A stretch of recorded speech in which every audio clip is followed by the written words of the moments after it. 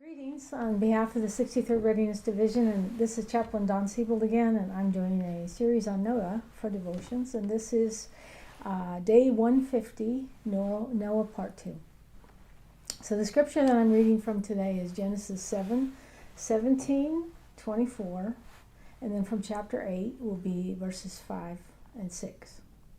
So it says this: the flood continued for 40 days on the earth.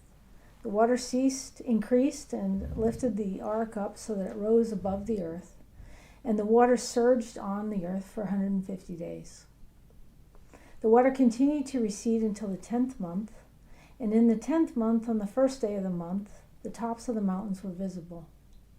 And after 40 days, Noah opened the window of the ark that he had made. Now, forewarning, when I wrote this, I was having a crazy day.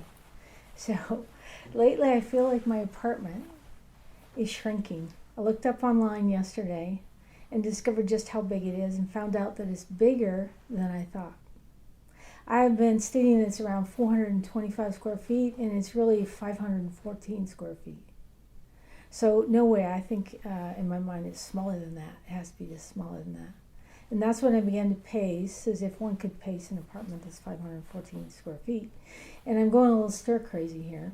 And I tell myself to exercise, to burn off some of my energy, and an argument ensues in my brain that lasts long enough for my body to just sit there and watch the argument until it's too late to do anything. And if you could hear my brain, kind of like the movie Inside Out by Pixar, Disney Pixar, there would have been an over-the-table fight, with sadness winning by standing by until my bedtime hour rolled around and all the other emotions stopped with their mouths open as I crawled into bed.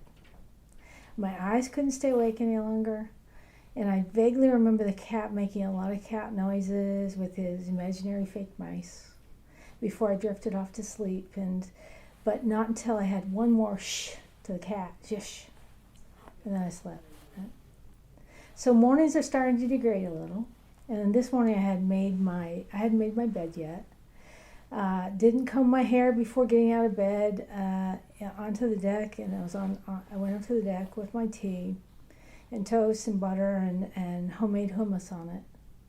And I felt like it needed something, so I topped it with a nasturtium flower and a leaf. And because I've been watching too many cooking shows, I attempted to have my quiet time. My blue chair has I noticed that my blue chair has a large blob of bird poo on its arm, and I have left that bird poo there, still there today, because some living creature had spent time on my deck, and I was hoping that they had enjoyed my flowers. So did I say I'd been watching too many cooking shows? I watch these shows, but I have no one to cook for in my small apartment. So when I do cook, I feel guilty because I can't just cook for one. In fact, I probably cook for 4. And then I have too much food into the freezer it goes to become redundant meals that I look at in the freezer. My freezer food cries out to me every time I open the freezer door, and it says, "Eat me," right? And then I shut the door and eat something else, probably like a lot of you. And I step on the scale and I see that I haven't gained any weight, but I haven't lost any either. And it's the one constant thing in my life right now. Am I ready for the Army Physical Fitness test? I look in the mirror and I'm convinced that my hair is grayer than it was when this lockdown started.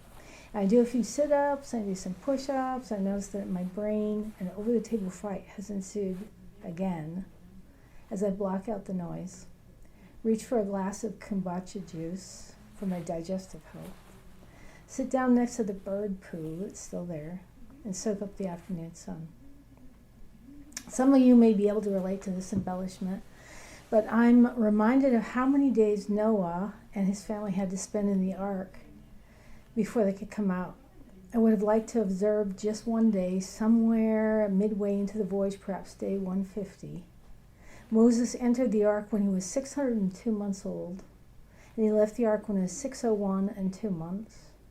And he spent 1 year in the ark with his wife, his 3 sons, his 3 daughters-in-law, and a bunch of critters.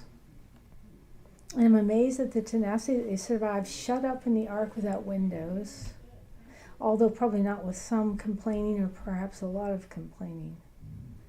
So I, on the other hand, I'm only on day 49 here, and I only have myself and my recent addition, one critter, to contend with. And looking at it through that lens, my brain is telling me to consider myself blessed.